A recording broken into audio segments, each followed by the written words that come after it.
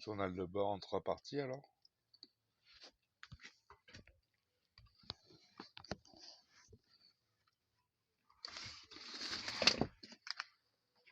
Là pour la 3e partie.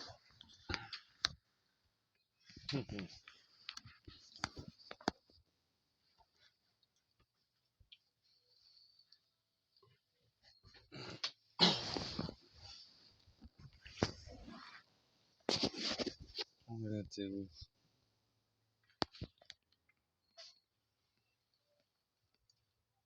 On était au moment avec Audrey.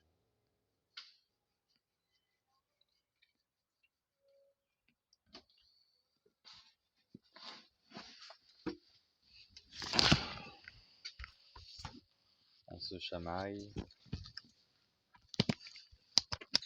Je pars pas content. Elle me rappelle. On discute. Elle rentre chez elle. On se revoit le lendemain. On va manger un kebab. On marche un peu. On prend un café. On va au photomaton.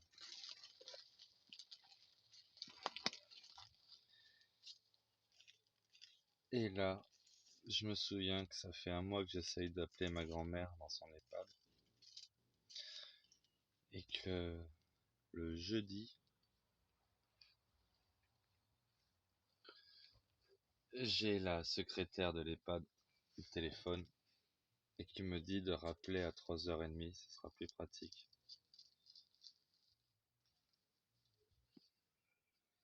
Et j'appelle ma grand-mère à 3h45. J'avais oublié. Je parle avec elle.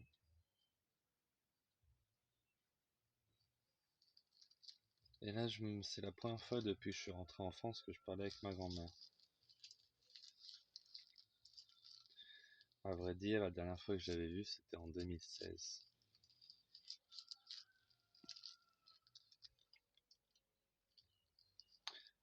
C'est dingue à quel point elle a vieilli en 5 ans. À chercher ses mots. Une communication bien moins fluide que dans mes souvenirs.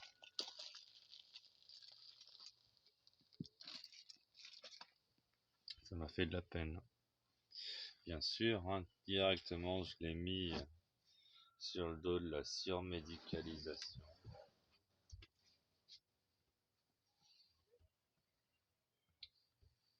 Mais bon, il est vrai que ma grand-mère doit avoir 91 ans bientôt. 92.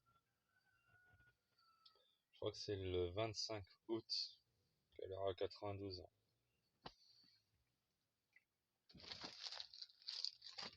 Bientôt son anniversaire.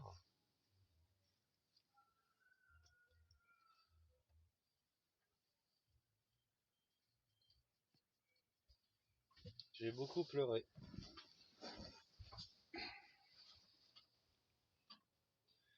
Je sens qu'il ne reste pas beaucoup de temps à vivre.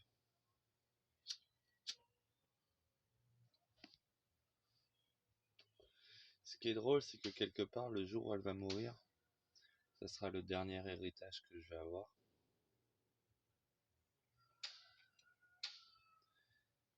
Et j'aurai les moyens de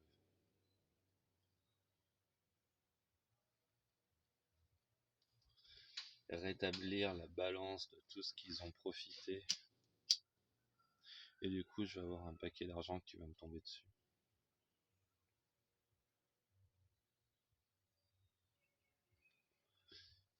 Ce qui est amusant dans tout ça, c'est que les 3 ayants droit de ma grand-mère,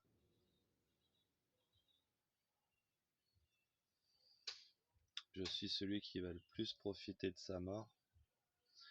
Et je suis sûrement celui qui souhaite que ça arrive le plus tard possible.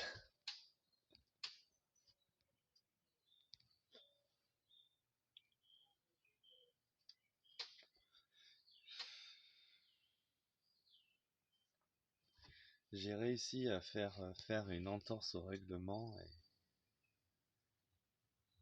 quand j'ai eu ma grand-mère le jeudi, on a discuté une demi-heure au téléphone. Et je lui dis, mais tu veux que je passe te voir? Elle fait, oui, bien sûr, oui, oui. Et je passe maintenant? Oui, oui, oui. Elle disait oui à tout. Mais avec le trafic et tout, je suis arrivé au-delà des heures de visite. Ça se passe entre 2 heures et 5 heures, les heures de visite. Et je suis arrivé à 5h moins 5.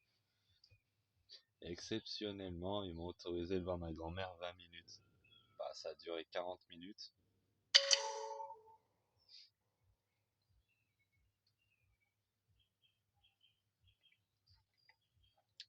Apparemment, j'ai les cheveux de Till.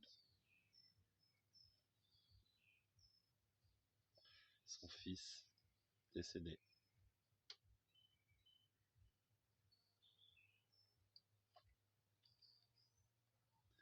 Elle est vraiment Alzheimer.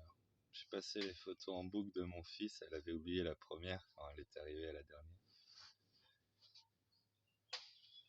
Et elle commence à dire, ah, le petit Till, mon arrière-petit-fils.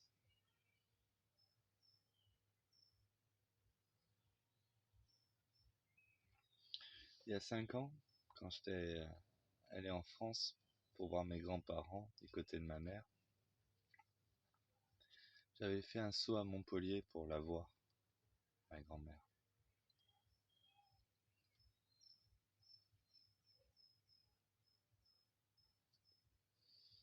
J'étais rentré dans une colère qui m'appartient. Quand j'ai vu qu'elle était plus chez elle et ils allaient la mettre en maison de retraite. Je lui ai dit, tu sais mamie, je travaille pas en ce moment. Je peux m'occuper de toi si tu veux.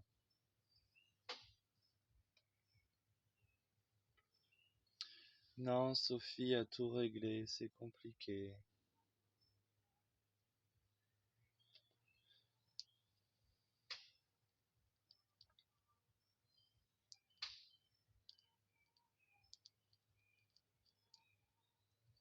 Vis ta vie. C'est les derniers mots qu'elle m'a dit, vis ta vie. Elle me voyait émue de la voir vieillir.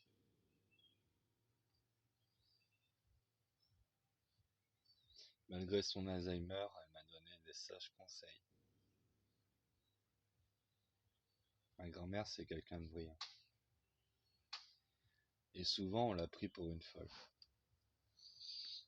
Mais souvent, les gens ne l'ont pas comprise.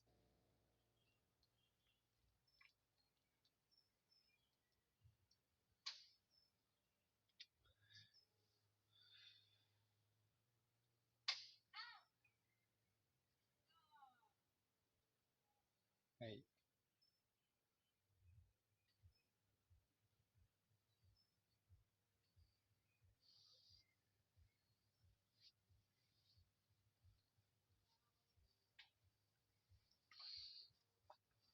Du coup, j'ai vu ma grand-mère 40 minutes jeudi.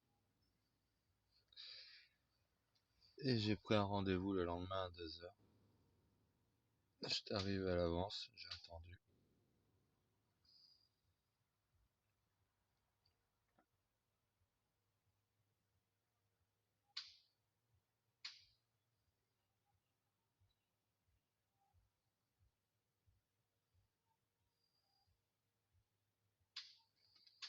J'ai écrit une lettre à son médecin lui demandant si elle pouvait prendre un verre d'argile tous les jours pendant une semaine.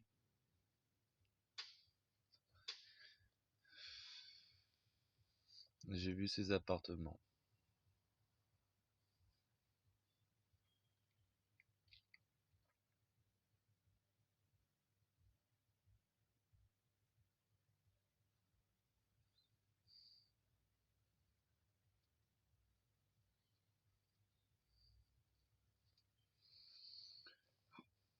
On a un peu parlé.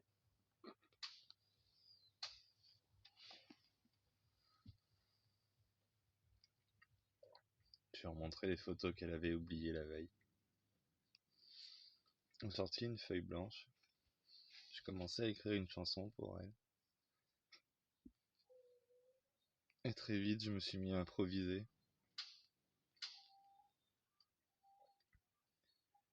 Elle était attentive à chaque mot. Je lui ai même tiré une larme ou deux.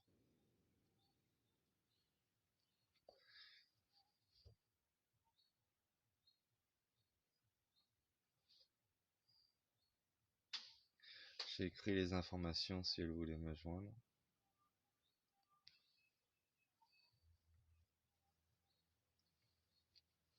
Et j'ai écrit les informations de mon fils pour qu'elle se souvienne qu'elle a eu un arrière-petit-fils.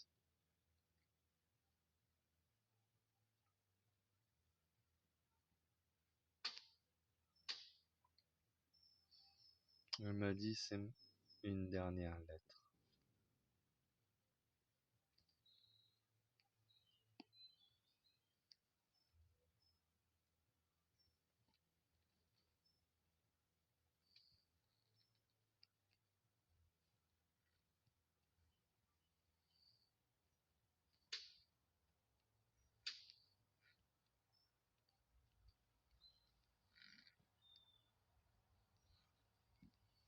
Mais j'irai te revoir, mais je reviendrai te voir. Je te poserai une autre lettre.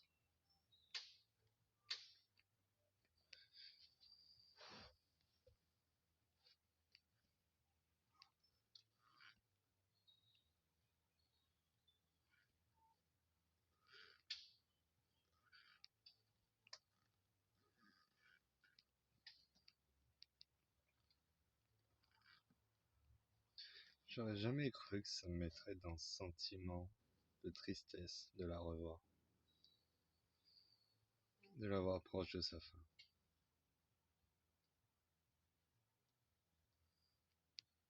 Je l'ai peu connue dans ma vie.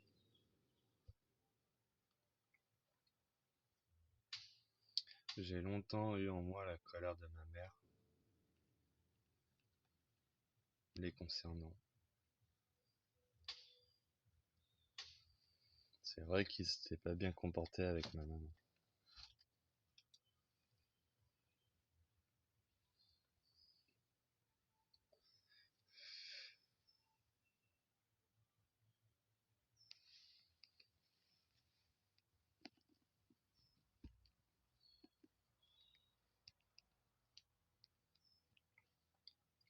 La phrase qu'elle a répétée plusieurs fois, c'est ah, il va nous en faire voir des couleurs, ce petit.